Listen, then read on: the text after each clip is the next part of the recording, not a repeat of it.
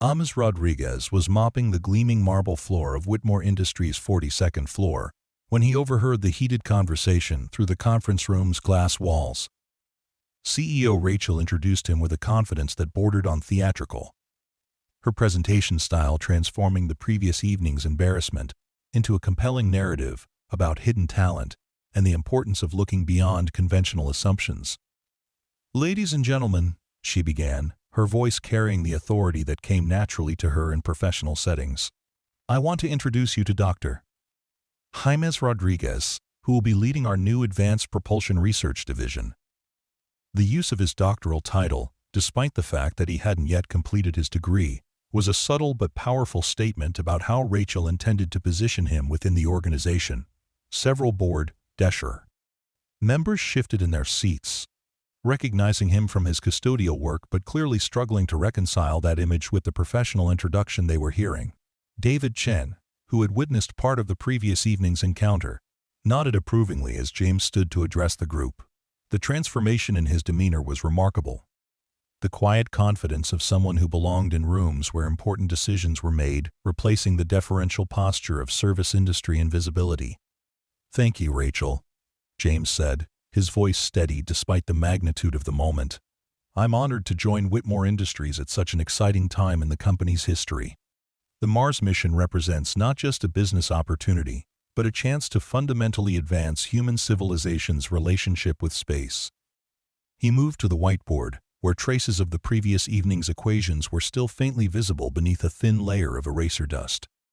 Without conscious thought, his hand found the marker, and he began to sketch the basic framework of interplanetary mission architecture.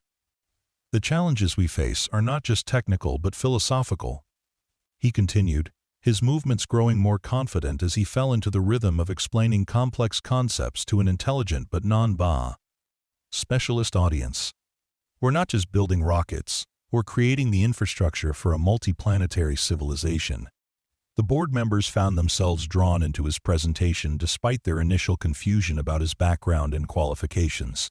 His explanations were clear without being condescending, technical without being inaccessible, and infused with a passion for the work that was impossible to ignore. Margaret Foster, the company's chief financial officer, raised her hand with a question that went to the heart of practical concerns. "Dr. Rodriguez, these are obviously ambitious goals, but our investors are going to want to see concrete milestones and deliverable technologies. How do you propose to balance long-term research with near-term commercial applications?" James had anticipated this question, recognizing it as the eternal tension between pure research and practical engineering. "The beauty of propulsion system development is that every breakthrough has immediate applications," he replied, turning back to the whiteboard to illustrate his point. "Improved efficiency in interplanetary drives translates directly to cost savings for satellite deployment, better performance for military and civilian aircraft, even advances in terrestrial transportation systems." He began to sketch a technology transfer diagram, showing how innovations in space propulsion could cascade through multiple industries. "The electromagnetic field manipulation techniques I was developing at MIT, for example, have potential applications in magnetic levitation trains, more efficient electric vehicle motors, and even medical imaging technology." The conversation continued for another hour, with board members asking increasingly sophisticated questions about technical challenges, market opportunities, and competitive advantages. James found himself energized by their engagement, remembering how much he'd enjoyed the collaborative aspects of research when he was still in graduate school. As the meeting wound down, Rachel stood to deliver what James recognized as a carefully prepared closing statement. "The decision to bring Dr. Rodriguez onto our team represents more than just hiring another engineer," she said, her gaze moving around the table to make eye contact with each board member. "It represents a commitment to excellence over convention, to recognizing talent wherever it exists, and to building a company culture that values contribution over credentials." The words carried weight beyond their immediate context, James realized. Rachel was using his hiring as a statement about her leadership philosophy, a signal that she intended to run the company differently than it had been run in the past. The implications for corporate culture and organizational development were significant, potentially affecting how the company recruited, promoted, and valued all of its employees. After the board members had filed out, their conversations animated by the possibilities that James had outlined, Rachel remained behind to debrief the presentation and discuss next steps. "That went well," she said, her relief evident despite her attempt to maintain professional composure. "I think you won them over completely by the end." James was gathering his notes from the whiteboard, already thinking about the research priorities and team structure that would be necessary to deliver on the promises he'd made. They asked good questions. It's clear that this board takes its fiduciary responsibilities seriously. They do, but they also recognize opportunity when they see it. Your presentation gave them confidence that we're not just chasing expensive dreams, but building practical solutions to real problems.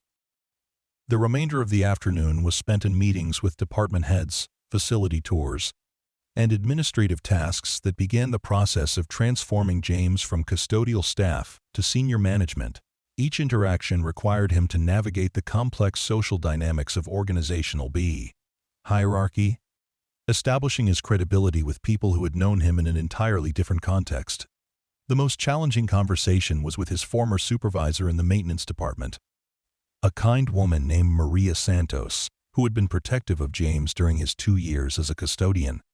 Her confusion about his sudden transition was understandable, tinged with hurt that he hadn't shared more about his background and qualifications.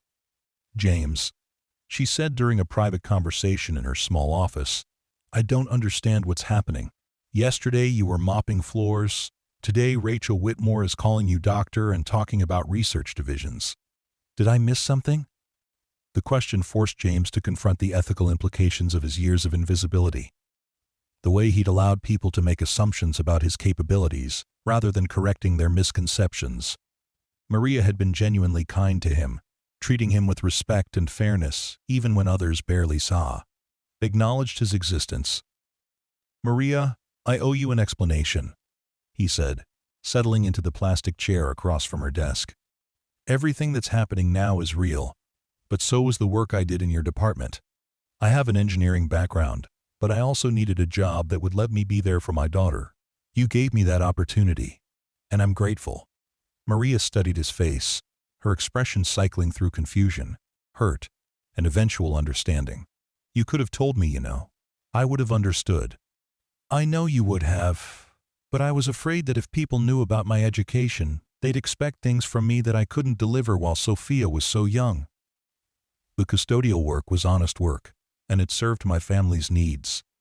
The conversation continued for another 20 minutes, with Maria gradually accepting the explanation while expressing her own aspirations and dreams that she'd never shared with anyone at work. It was a reminder to James that everyone carried hidden depths, that the woman who supervised the cleaning staff had once dreamed of being a teacher and still tutored neighborhood children in Spanish and mathematics. By the end of his first day as a Whitmore Industries engineer, James was exhausted but exhilarated in ways he'd almost forgotten were possible. The intellectual stimulation of technical discussions, the collaborative energy of team problem-solving, the sense of working on projects that could genuinely advance human knowledge and capability, all of it combined to create a feeling of rightness that he'd been missing for years. The transition wasn't without challenges. However, some of his new colleagues struggled with the dramatic shift in his status, unsure how to relate to someone who had been part of the building's invisible infrastructure just days earlier. Others seemed to view his promotion with skepticism, questioning whether Rachel's decision was based on merit or some kind of social experiment. The most pointed challenge came from Dr. Richard Hawthorne, a senior engineer who had been with the company for 15 years and clearly resented being passed over for the advanced propulsion leadership role. During James's first team meeting, Hawthorne's questions were designed more to expose ignorance than to gather information. "Dr. Rodriguez," Hawthorne said with emphasis on the title that suggested doubt about its legitimacy, "I'm curious about your experience with computational fluid dynamics modeling for hypersonic flight regimes. Have you worked with the latest ANSYS CFD packages?" The question was a trap, James realized.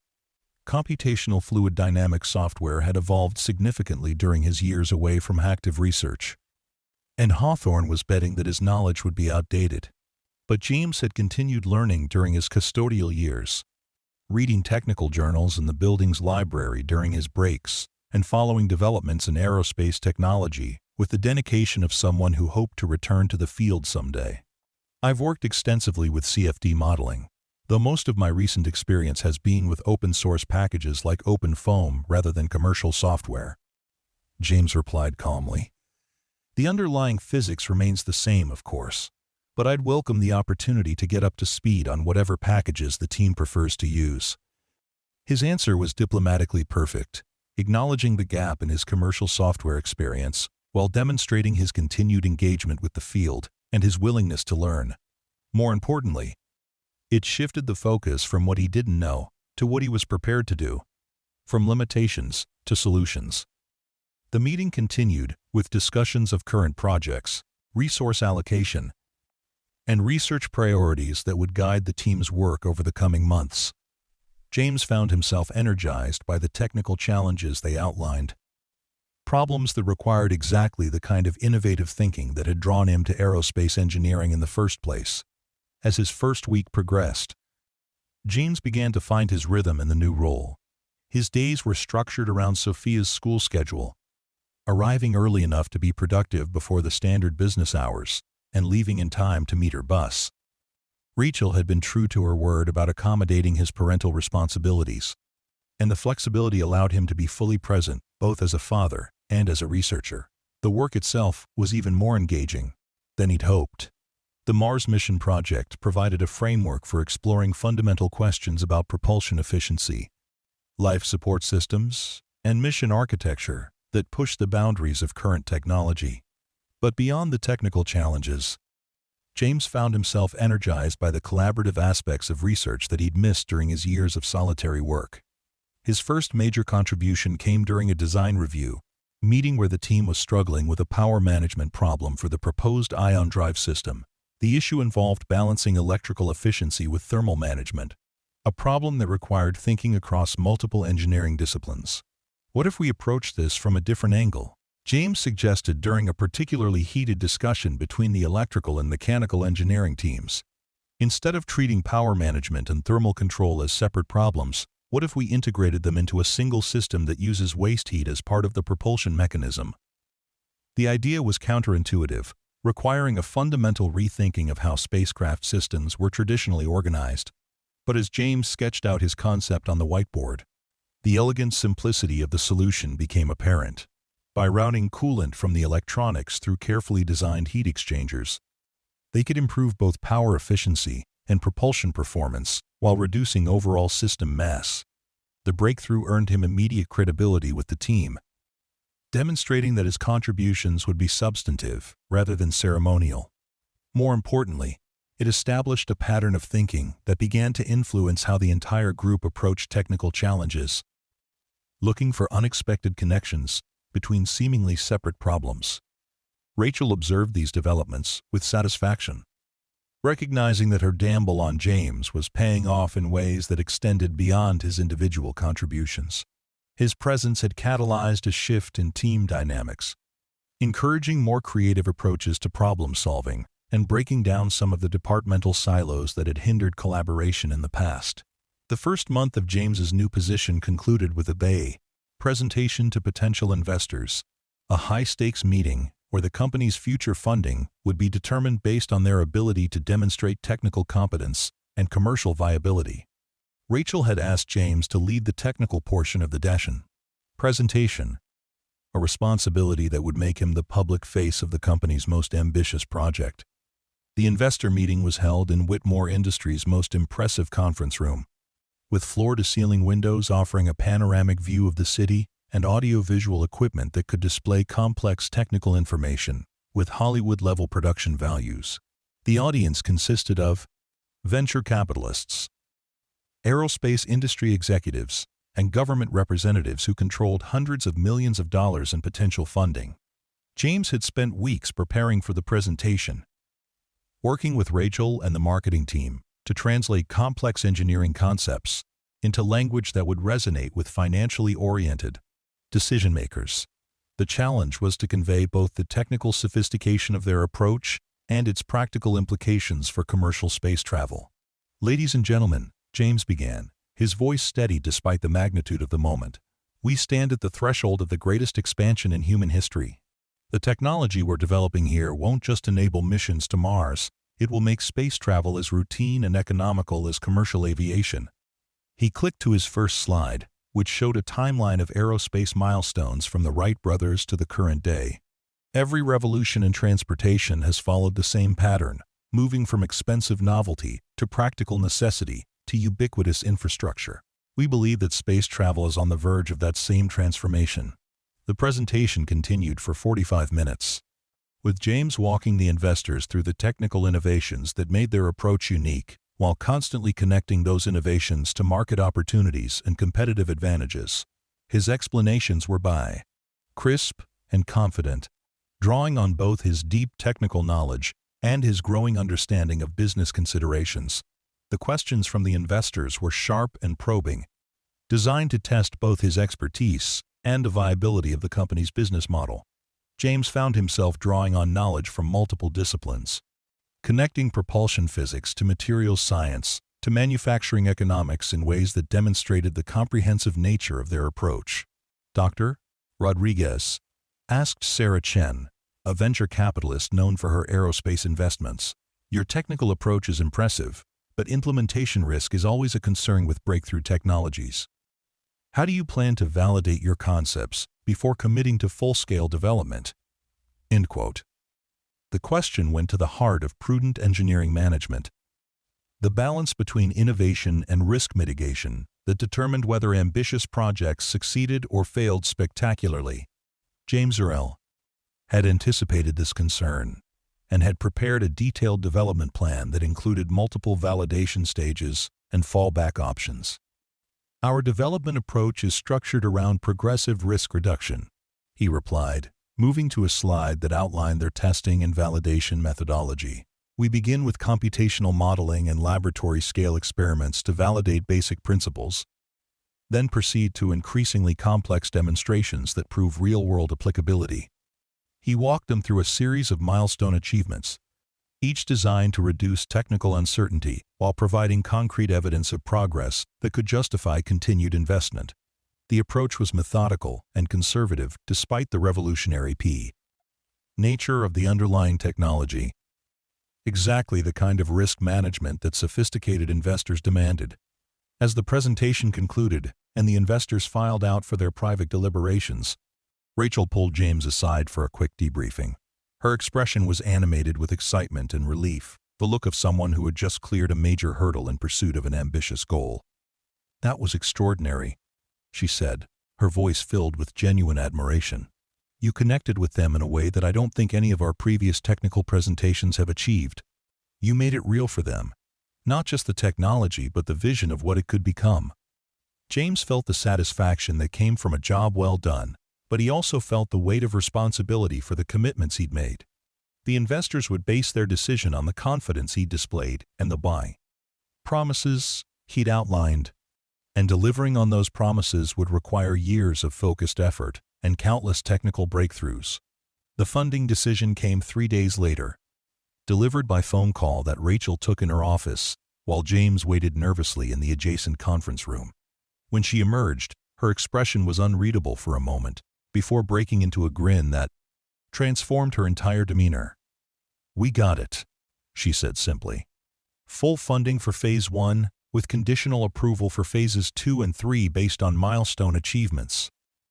$75 million over 3 years, the largest research grant in the company's history." The number was staggering, representing not just financial resources, but a vote of confidence in their technical approach and business strategy. More personally for James, it validated his decision to return to engineering and provided the security he needed to pursue his research with full commitment. The celebration that evening was modest, just James, Rachel, and Sophia sharing pizza in the small apartment that had been home during the lean years.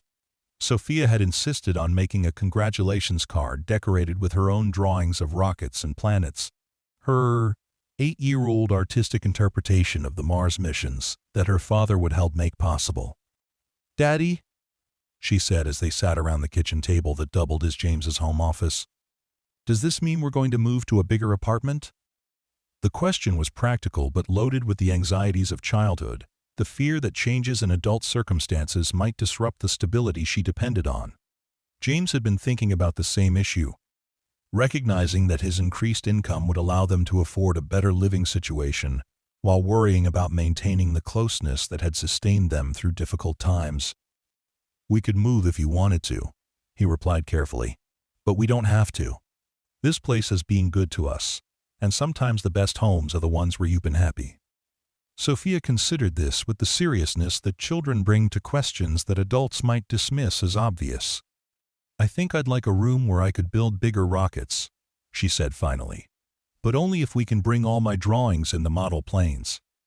Rachel watched this exchange with fascination, seeing a side of James that was completely different from his professional persona, but somehow more fundamentally revealing. The care with which he navigated his daughter's concerns, the way he balanced honesty about new possibilities with reassurance about continuity, spoke to qualities of character that were just as impressive as his technical abilities. The months that followed were a whirlwind of activity as James worked to build the Advanced Propulsion Research Team and begin the ambitious development program he'd outlined to investors. The hiring process was particularly interesting, as he found himself in the position of evaluating candidates whose credentials were often more impressive than his own on paper. His approach to recruitment was unconventional, focusing less on prestigious university affiliations and more on demonstrated problem-solving ability and genuine passion for the work. He instituted a practice of presenting candidates with real, technical challenges from current projects, watching how they approached problems rather than simply reviewing their academic achievements. This methodology led to some surprising hiring decisions, including a brilliant materials scientist who had been working in automotive manufacturing and a propulsion specialist who had left NASA to care for aging parents. Both candidates might have been overlooked by traditional recruitment processes, but James recognized in them the same combination of talent and circumstance that had defined his own career path. The team that gradually assembled was diverse in background but united in their excitement about the projects they were tackling. The collaborative atmosphere that James fostered encouraged cross-disciplinary thinking and creative approaches to technical challenges, creating an environment where breakthrough innovations seemed not just possible but inevitable. 6 months into his new role, James found himself presenting progress updates to the board of directors with increasing confidence and authority. The milestones they'd achieved were impressive, even by the ambitious standards they'd set, including successful laboratory demonstrations of key propulsion concepts and preliminary designs for full-scale systems. Rachel's introduction of him to the board had evolved as well, moving from the carefully worded explanations of his unconventional background to simple recognition of his contributions and leadership. The transformation was complete in ways that extended far beyond job titles or organizational charts, reflecting a fundamental shift in how talent was recognized and valued within the company. The most satisfying aspect of his work, however, was the educational outreach program he'd initiated to inspire young people to pursue careers in science and engineering, working with local schools and community organizations. He'd develop presentations and hands-on activities that made complex concepts accessible to students who might never have considered technical careers as possibilities. Sophia often accompanied him to these events, serving as both assistant and test audience for new demonstration concepts. Her presence helped him connect with younger students who saw in her enthusiasm a reflection of their own curiosity about space, technology. The sight of father and daughter working together to explain rocket propulsion using balloons and toy cars had become a popular feature of his presentations. 1 year after his first conversation with Rachel in the conference room, James stood before a gathering of aerospace industry leaders at the International Space Development Conference, delivering a keynote address about next-generation propulsion systems. The audience included many of the most respected names in space technology, people whose work had inspired his own entry into the field. As he looked out at the audience, James reflected on the journey that had brought him to this moment. The dreams he'd abandoned when Sophia was born had not died, but had instead been transformed, becoming part of a larger vision that included not just his own achievements, but the contributions he could make to advancing human knowledge and capability. The address he delivered that day would be remembered as a pivotal moment in aerospace development, introducing concepts that would eventually lead to routine human travel throughout the solar system.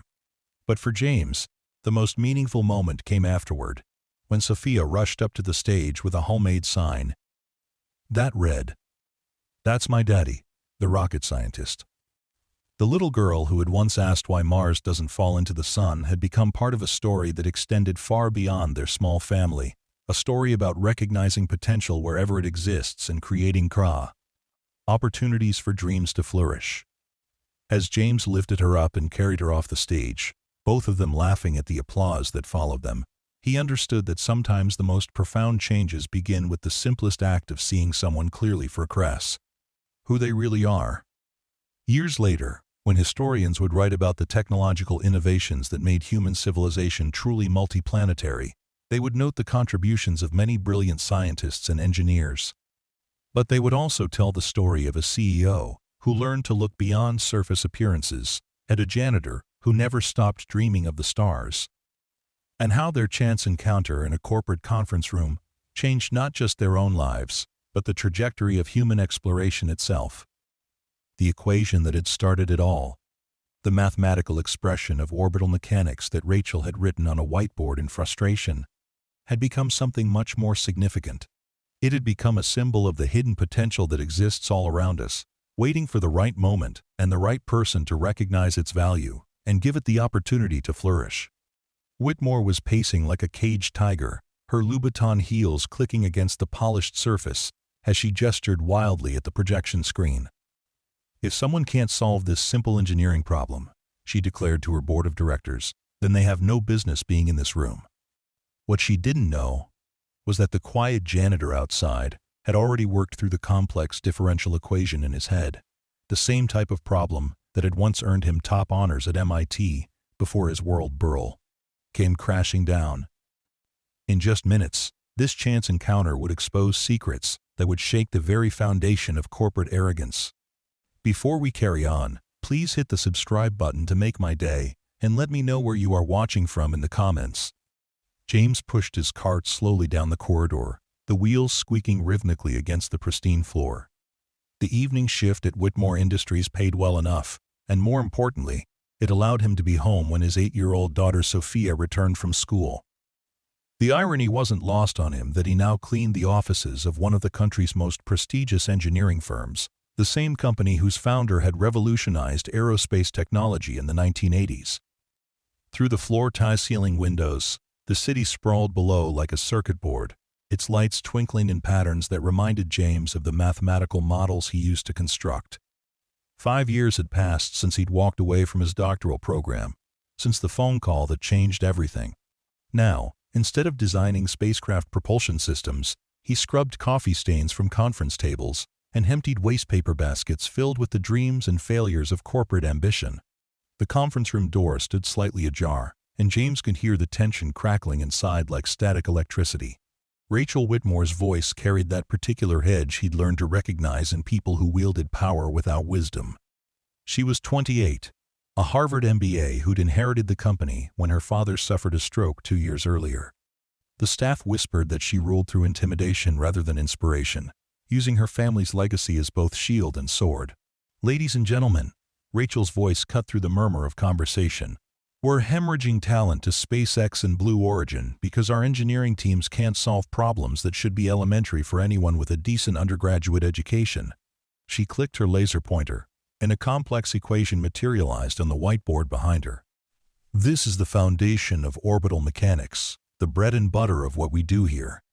If our senior engineers can't work through something this basic, how can we expect to compete in the modern aerospace market?" James paused in his mopping, his eyes automatically tracking the symbols and variables dancing across the board. The equation dealt with spacecraft trajectory optimization, specifically calculating the minimum energy transfer between Earth orbit and Mars.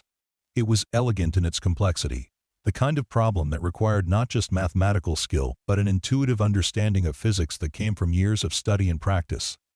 The boardroom fell silent as Rachel surveyed the faces around the polished mahogany table. These were men and women with decades of experience, vice presidents and department heads who commanded six-figure salaries and managed teams of hundreds. Yet none of them stepped forward to tackle the challenge she'd presented. "Come now," Rachel continued, her tone dripping with condescension. "Surely someone here can demonstrate the intellectual prowess we're supposedly known for. After all, we're about to ask investors for $50 million to fund our Mars mission proposal. They're going to want assurance that we actually understand the mathematics behind interplanetary travel." James found himself studying the equation more intently, his mind automatically breaking it down into component parts. The initial velocity vector, the gravitational parameters of both planets, the transfer time optimization, it all flowed together in his thoughts like a symphony he'd heard 1,000 times before. His fingers itched for chalk or a marker, for the familiar weight of solving something beautiful and complex. "Perhaps," Rachel said with a theatrical sigh, "we need to start recruiting from community colleges instead of MIT and Stanford. At least there we might find people who aren't afraid of a little intellectual heavy lifting." The insult hung in the air like smoke, and James could see several board members shifting uncomfortably in their chairs. David Chen, the head of propulsion systems, cleared his throat nervously. "Rachel, perhaps we could table this demonstration until we've had time to review the parameters more thoroughly." "Review the parameters?" Rachel's laugh was sharp as broken glass. "David, this is undergraduate-level orbital mechanics.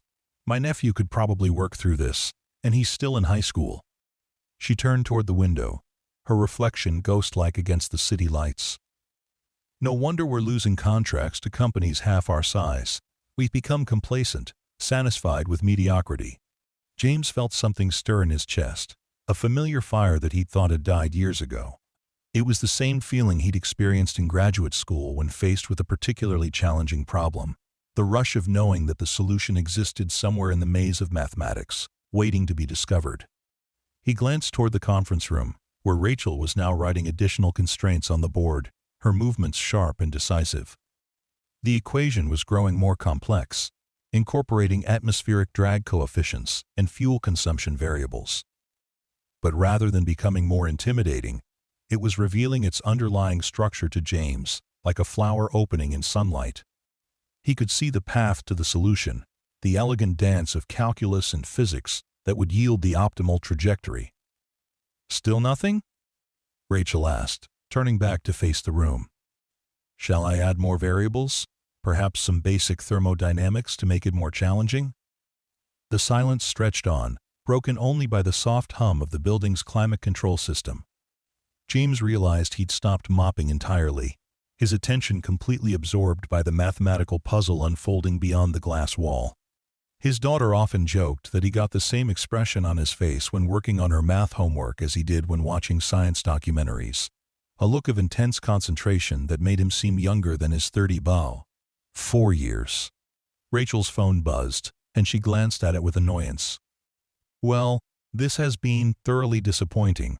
I have a call with the investors in 20 minutes, and I was hoping to have something impressive to report about our internal capabilities." She capped her marker with more force than necessary. "I suggest you all use the weekend to brush up on fundamentals that should never have been forgotten." As the board members began to file out, their conversations muted and uncomfortable, James made a decision that would alter the trajectory of his life, as surely as the mathematical functions displayed on the whiteboard. He pushed his cart toward the conference room door, his heart pounding with a mixture of fear and anticipation. Rachel was alone now, gathering her papers with sharp, efficient movements. Her auburn hair was pulled back in a severe bun that emphasized the angular lines of her face, and her gray suit spoke of power and authority. When she noticed James in the doorway, her expression shifted to one of mild irritation. "The room doesn't need cleaning right now," she said, without looking up from her papers. "Come back Monday morning." James cleared his throat softly. "I apologize for interrupting, Miss Whitmore, but I couldn't help noticing the equation on your board." Rachel's head snapped up, her green eyes narrowing as they focused on him. For a moment, she seemed to be trying to place him, as if she'd never really seen him before despite the fact that he'd been cleaning her office for nearly 2 years. "I'm sorry, what did you say?" "The orbital mechanics problem," James said, stepping fully into the room. "It's quite elegant, actually. The way you've structured the constraint equations creates a beautiful optimization landscape." A slow smile spread across Rachel's face, but there was no warmth in it. Instead, it reminded James of a predator that had just spotted wounded prey. "How fascinating," she said, her voice taking on the same mocking tone she'd used with her board members. "The janitor wants to discuss mathematics." The word janitor came out like a curse, loaded with derision and social prejudice. James felt the familiar sting of judgment based on appearance rather than ability, the same dismissive attitude he'd encountered from wealthy classmates during his brief time at MIT. But he also felt something else, a quiet strength that came from knowing his worth wasn't determined by the job he did to support his family. "I noticed your team seemed to be having some difficulty with it," James said evenly, his voice free of either defensiveness or aggression. "The solution is actually quite straightforward once you recognize the underlying structure." Rachel's smile widened, and she set down her papers with deliberate care. "Oh, this is precious. Tell me, do you have a degree in engineering? Perhaps from some prestigious institution I've never heard of?" James felt the weight of his choices pressing down on him like gravity. He could retreat now, apologize for overstepping, and return to the safety of invisibility that had protected him for so long. But something in Rachel's tone, the casual cruelty with which she dismissed not just him, but anyone she deemed beneath her notice, awakened a part of him that he thought was buried forever. "As a matter of fact," he said quietly, "I do." Rachel threw back her head and laughed, a sound like shattering crystal that echoed off the conference room's glass walls. "Of course you do. And let me guess, you're currently working as a custodian by choice, perhaps as some kind of social experiment." The mockery in her voice was brutal, but James had endured worse. He thought of Sophia, probably finishing her homework at the kitchen table of their small apartment, trusting him to provide for them both. He thought of the dreams he'd abandoned and the reasons why, and he found his voice. "MIT," he said simply. "I was working on my doctorate in aerospace engineering before I had to leave." Rachel's laughter died abruptly, replaced by a look of surprise that quickly morphed into skeptical amusement. "MIT," she repeated slowly, as if tasting the words. "How convenient. And I suppose you specialized in exactly the type of problem I've written on the board." "Orbital mechanics and propulsion systems," James confirmed. "I was part of Professor Catherine Wong's research team, working on next-generation ion drive efficiency." The mention of Professor Wong's name seemed to give Rachel pause.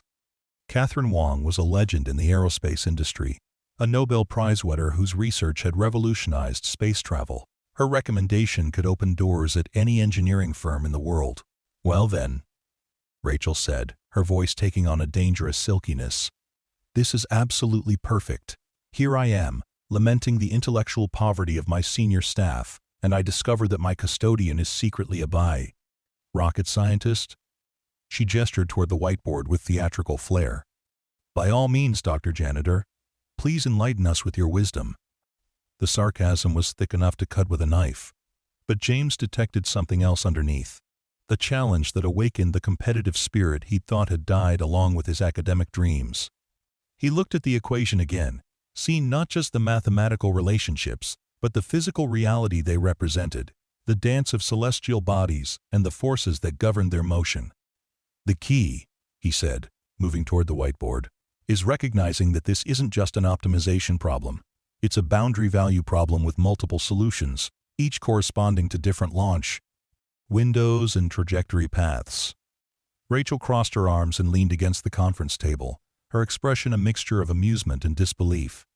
"Please, continue. I'm fascinated to hear your analysis." James picked up the marker, feeling its familiar weight in his hand. The moment he touched it to the board, something shifted inside him, as if he were putting on clothes that had once fit perfectly but had been packed away for years. His handwriting was neat and precise, each symbol placed with deliberate care. "You've set up the problem correctly," he said, beginning to work through the mathematics with fluid motions. The initial velocity vector here represents the departure from Earth orbit, and these constraints define the arrival conditions at Mars. But there's an elegance to this that becomes apparent when you transform the coordinate system. He began to rewrite the equation, his movements growing more confident with each line. The transformation he was performing was advanced, the kind of mathematical manipulation that required years of study to fully understand. Rachel's expression was shifting from amusement to curiosity, though she maintained her defensive posture. The Holman transfer is the obvious solution, James continued, his voice taking on the rhythm of a natural teacher. Minimum energy, predictable trajectory, but it requires perfect timing and takes nearly 9 months to complete. However, if you're willing to accept slightly higher fuel consumption, there's a family of solutions that offer significant advantages in terms of flexibility and mission safety."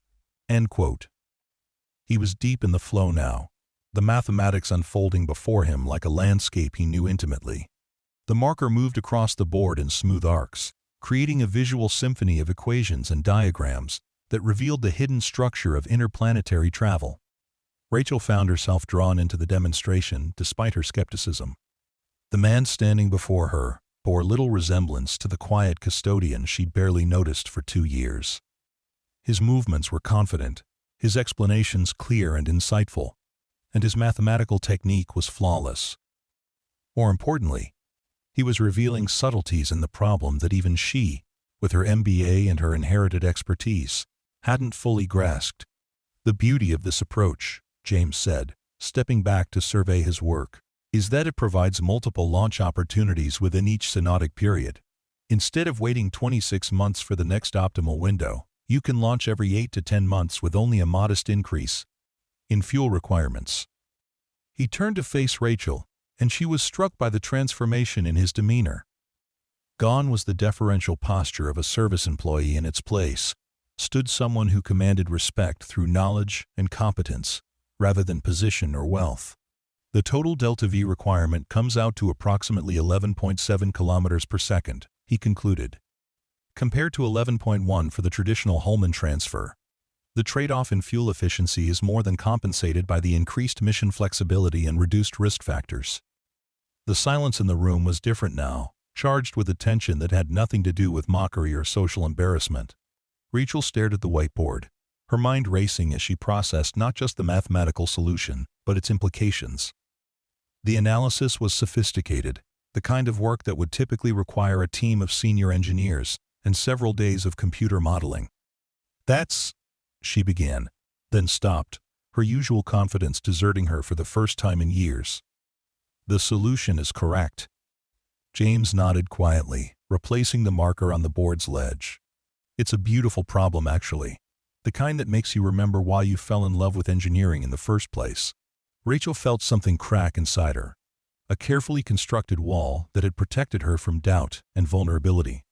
This man, whom she'd dismissed as irrelevant just minutes ago, had demonstrated a level of expertise that exceeded most of her senior staff.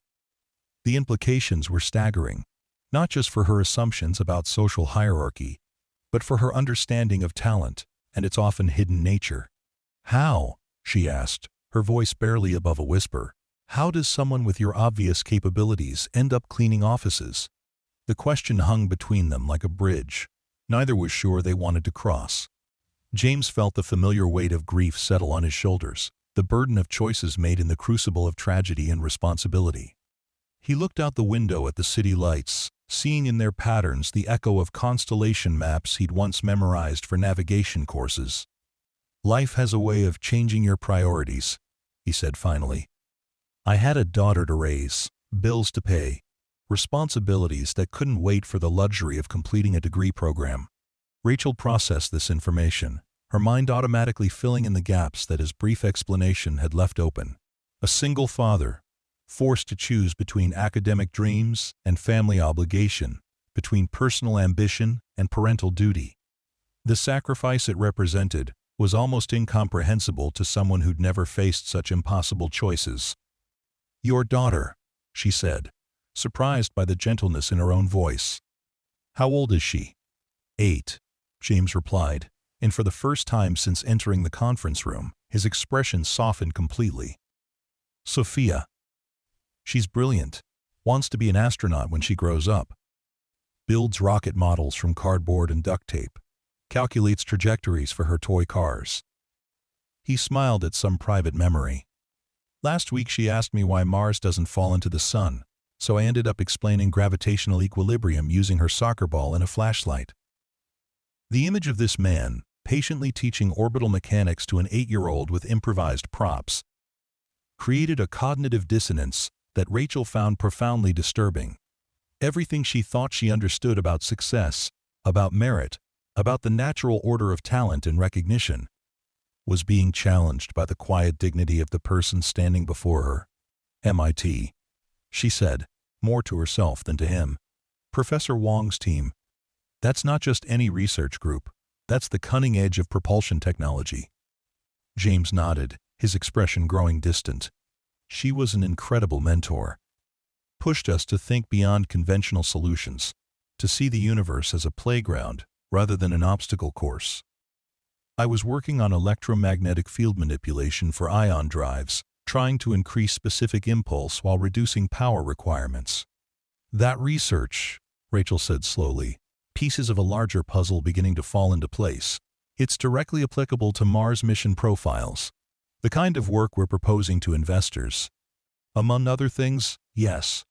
Rachel felt the ground shifting beneath her feet, not just in terms of this particular encounter, but in her broader understanding of the world. She built her identity around the assumption that success was a reliable indicator of worth. That social position reflected inherent value. The existence of someone like James, brilliant and accomplished, but invisible in her corporate hierarchy, challenged the very foundations of her worldview. I need to ask you something, she said, her business instincts beginning to reassert themselves despite her emotional confusion. The work you were doing at MIT, how close were you to completion? James considered the question carefully. I was about 18 months from defending my dissertation when I left. The research was solid, the applications were promising, but the program required full-time commitment that I couldn't maintain while raising Sophia alone. And the research itself, do you still have access to it? I have my notes, my calculations, the theoretical framework. The university maintains ownership of any patents or commercial applications, but the knowledge itself, he tapped his temple, that's still here. Rachel began to pace again, but her movements were different now, purposeful rather than agitated. Her mind was racing through possibilities, calculations that had nothing to do with orbital mechanics, and everything to do with opportunity and competitive advantage. James, she said, stopping abruptly and turning to face him. That's your name, right? James? James Rodriguez. Yes. James Rodriguez, she repeated, as if trying the name on for size. Tell me, what would it take for you to finish your doctorate? The question caught him off guard, and for a moment he seemed to struggle with how to respond. I appreciate the thought, but it's not that simple. I have responsibilities, commitments. Sophia depends on me. What if those responsibilities could be accommodated? What if finishing your degree was part of a larger opportunity that would benefit both you and your daughter? James studied her face, looking for signs of mockery or manipulation. What he saw instead was something unexpected, a vulnerability that seemed at odds with her reputation for ruthless business tactics. What are you suggesting? He asked cautiously. Rachel moved to the window, looking out at the city that sprawled beneath them like a vast machine of human ambition and struggle. I'm suggesting that sometimes the universe puts exactly what you need, right in front of you, and the only question is whether you're smart enough to recognize it. She turned back to him, her expression resolute. Whitmore Industries is about to embark on the most ambitious project in our company's history. We're proposing to develop next-generation propulsion systems for Mars colonization. Technology that could revolutionize not just space travel, but our entire relationship with the cosmos. James felt his pulse quicken despite his attempts to remain skeptical. And you think my research is relevant to that project? I think your research might be essential to that project, Rachel replied. More than that, I think you might be essential to that project. The words hung between them, heavy with possibility and danger. James found himself thinking of the dreams he'd abandoned, The vision of humanity spreading across the solar system that had once driven him to work 18-hour days in MIT's laboratories. But he also thought of Sophia, sleeping peacefully in their small apartment, trusting him to be there when she woke up. "I don't understand," he said finally. "5 minutes ago you were mocking me for being a janitor. Now you're talking about essential contributions to major projects. What changed?" Rachel smiled, but this time there was no cruelty in it, only a rueful self-awareness that seemed to surprise them both. "What changed is that I discovered I'd been an idiot, a successful, well-educated idiot, but an idiot nonetheless." She walked back to the whiteboard, studying the elegant mathematics that James had laid out like a roadmap to the stars. "I've been so focused on credentials and social position that I forgot the only thing that actually matters in engineering, the ability to solve problems and push the boundaries of what's possible." James remained silent, waiting to see where her thoughts would lead. "Here's what I'm proposing," Rachel said, turning to face him with the same intensity she brought to board meetings and investor presentations. "Come back to work, not as a custodian but as a senior research engineer. We'll arrange your schedule around your daughter's needs, provide the resources you need to complete your doctorate, and give you the opportunity to see your research applied to real-world challenges that could change history." The offer was so far beyond anything James had imagined that he found himself momentarily speechless. It was the kind of opportunity that came along once in a lifetime. The chance to reclaim not just his career, but his sense of purpose and contribution to something larger than himself. "Why?" he asked quietly. "Why would you make this offer to someone you barely know?" Rachel considered the question seriously, recognizing that her answer would reveal as much about herself as about her motivations. "Because 5 minutes ago, I watched you solve in your head a problem that stumped a roomful of people with advanced degrees and decades of experience. Because you did it not to show off or gain advantage, but because you love the work itself." She paused, her voice growing softer. "And because I realized that if I'm going to lead this company into the future, I need people who care more about the mission than the title." James felt the weight of possibility settling around him like gravity, pulling him toward a future that seemed both inevitable and terrifying. He thought of Sophia's dreams of becoming an astronaut, of the rocket models that cluttered their living room, of the questions about space and physics that he answered each night at the kitchen table. "There would be conditions," he said finally. "Sophia comes first, always. I won't compromise her well-being for any career opportunity, no matter how promising." "Understood and agreed. And I'd want to be involved in the educational outreach programs, inspiring kids like Sophia to pursue STEM careers. I'd be disappointed if you didn't." James looked around the conference room, at the expensive furnishings and the view of the city that spoke of power and success. But what struck him most was the whiteboard covered with his own handwriting, the mathematical poetry that had once been as natural to him as breathing. "When would you need an answer?" he asked. Rachel smiled, and this time the expression transformed her entire face, making her seem younger and more vulnerable than her reputation suggested. "Take the weekend to think about it, discuss it with Sophia. But James, I want you to know that this isn't charity or some kind of social experiment. This is about recognizing talent wherever it exists and giving it the opportunity to flourish." James nodded slowly, feeling the first stirrings of a hope he'd thought was buried forever. "I'll need to understand the details, the project scope, the team structure." "Of course." "I'll have HR prepare a complete package, including salary information that I think you'll find quite competitive." Rachel's business instincts were fully engaged now, the natural negotiator in her recognizing the importance of closing this deal properly. "But I also want you to meet the existing team, see the facilities, understand the scope of what we're trying to achieve."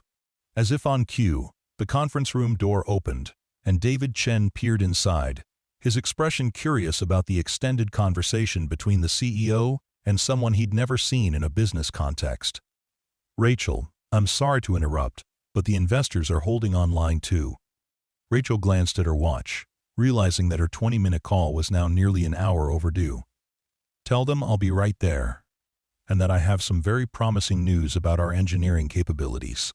David's eyes moved between Rachel and James, trying to make sense of the scene before him. The whiteboard was covered with advanced mathematics, and both people in the room had the slightly shell-shocked expression of those who'd just experienced something profound and unexpected. "David," Rachel said, her voice carrying a new note of authority and confidence, "I'd like you to meet Kimes Rodriguez. He'll be joining our propulsion research team as a senior engineer, pending final negotiations."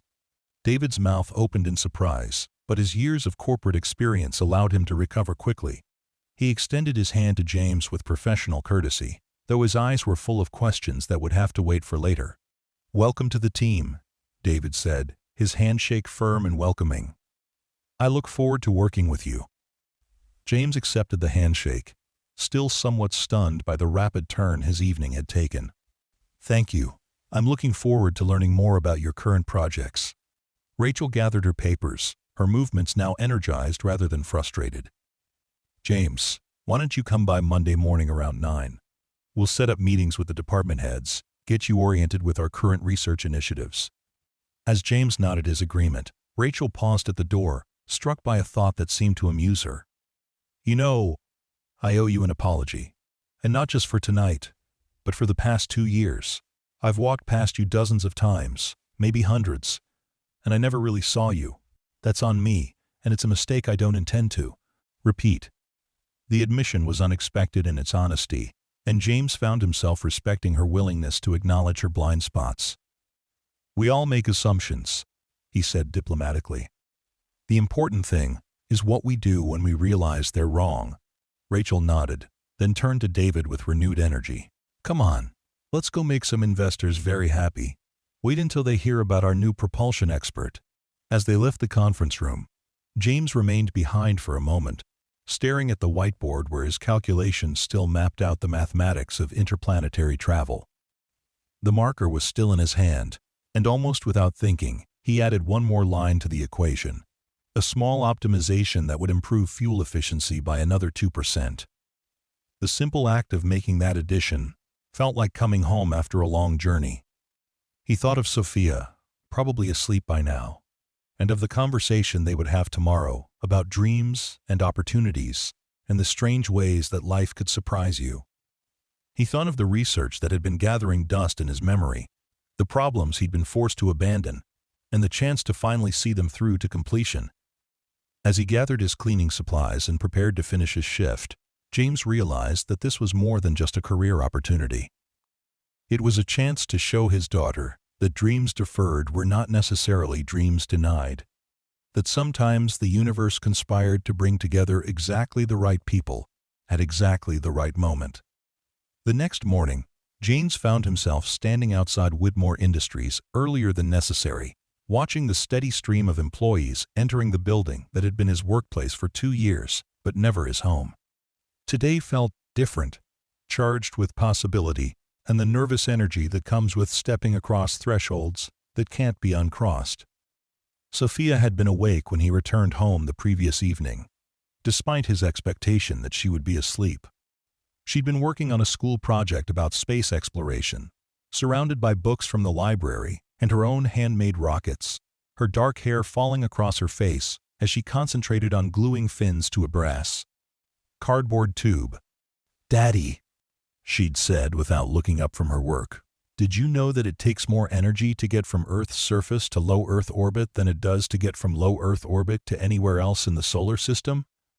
The question had stopped him in his tracks, both because of its sophistication and because it related directly to the work he'd just been discussing with Rachel. "That's exactly right, Mia. It's because of something called the tyranny of the rocket equation. The deeper you are in a gravity well, the more energy you need to escape." Sophia had looked up then, her brown eyes bright with curiosity and intelligence that reminded him so much of her mother. "Is that why they want to build fuel stations in space? So rockets don't have to carry all their fuel from the ground?" The conversation had continued late into the night, father and daughter exploring the physics of space travel with the kind of natural enthusiasm that made James remember why he'd fallen in love with engineering in the first place. When he'd finally told her about Rachel's offer, Sophia's reaction had been immediate and emphatic.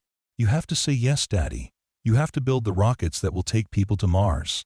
Now, standing outside the building where his life was about to change direction once again, James carried his daughter's excitement like a talisman against doubt. The security guard recognized him from his custodial work, but seemed puzzled by his presence during business hours and his unusually professional attire. "Morning, James," the guard said with friendly confusion. "You're here early today." "Good morning, Mike. I'm actually here for a meeting with Miss Whitmore." Mike's eyebrows rose, but his years of security work had taught him not to question arrangements he didn't understand. "She's expecting you?" "She is." The elevator ride to the 42nd floor felt different from the service elevator he'd used during his custodial shifts. The executive elevator was all polished brass and mahogany, designed to impress visitors and reinforce the building's atmosphere of success and authority. As the floors ticked by, James found himself thinking about the different perspectives the building offered, how the same space could feel completely different depending on why you were there, and how others perceived your right to be there. Rachel was waiting for him in the conference room where their lives had intersected the previous evening. She'd arrived early as well, he realized, and had taken the time to prepare materials that spoke to the seriousness of her offer. Spread across the mahogany table were technical specifications, budget projections, and organizational charts that outlined the scope of the Mars mission project. "James," she said, rising to greet him with a handshake that carried none of the previous evening's tension. "Thank you for coming. I hope you had a chance to think about our conversation." "I did, and I discussed it with Sophia. She's very enthusiastic about the possibility of her dad helping to build rockets that might take people to Mars." Rachel's smile was genuine, touched with a warmth that humanized her in a way that her corporate persona never allowed. "She sounds like a remarkable young lady. I'd love to meet her sometime, if you're comfortable with that." "I think she'd like that very much." They settled into chairs that faced each other across the conference table, the formal arrangement softened by the morning light streaming through the windows.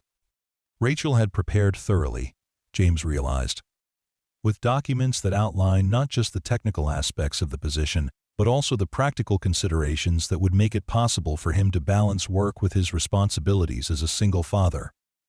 Before we dive into the details, Rachel said, "I want to address something from last night. The way I behaved, the assumptions I made, the casual cruelty of my remarks, that's not who I want to be as a leader or as a person." James appreciated the directness of her apology, but he also recognized the courage it required for someone in her position to acknowledge such fundamental errors in judgment. "We all have blind spots," he said diplomatically. "The measure of character is what we do when they're pointed out to us." "I've been thinking about that all night," Rachel admitted. "About how many talented people I might have overlooked, how many opportunities I might have missed because I was too focused on surface indicators rather than actual capability." She opened the first folder, revealing a detailed job description that went far beyond what James had expected. The position wasn't just about applying his existing research to current projects. It was about leading a new division focused on next-generation propulsion systems, with the authority to recruit additional team members and the budget to pursue innovative approaches that might take years to bear fruit. "The Mars mission is just the beginning," Rachel explained, her enthusiasm growing as she outlined her vision. "We're talking about fundamentally changing how humanity approaches space travel, making it economical and routine rather than extraordinary and expensive." James studied the technical specifications, his mind automatically cataloging the challenges and opportunities they represented. The scope was ambitious almost to the point of audacity, requiring breakthroughs in multiple areas of physics and engineering. But it was exactly the kind of work that had drawn him to aerospace in the first place, the chance to push the boundaries of human capability and expand the realm of the possible. "The timeline is aggressive," he observed, noting the projected milestones and delivery dates. "Some of these goals would be challenging for a team of 50 experienced researchers, which is why I'm hoping you'll help me recruit the right people. Your MIT connections, your understanding of the field, your ability to recognize talent wherever it exists, that's going to be invaluable as we build this team." The conversation continued for over an hour, covering technical details, management philosophy, and the practical arrangements that would allow James to pursue his doctoral completion while contributing to the company's research goals. Rachel had clearly done her homework, consulting with HR and legal to create a package that addressed his specific needs while maintaining the company's operational requirements. The salary offer was substantially more than James had earned in any previous position, enough to provide Sophia with opportunities he'd only dreamed of while ensuring their financial security for the foreseeable future. But more than the money, it was the respect implicit in the offer that moved him, the recognition that his contributions could be valuable regardless of his current position in the corporate hierarchy. "There's one more thing," Rachel said, as their formal discussion wound down.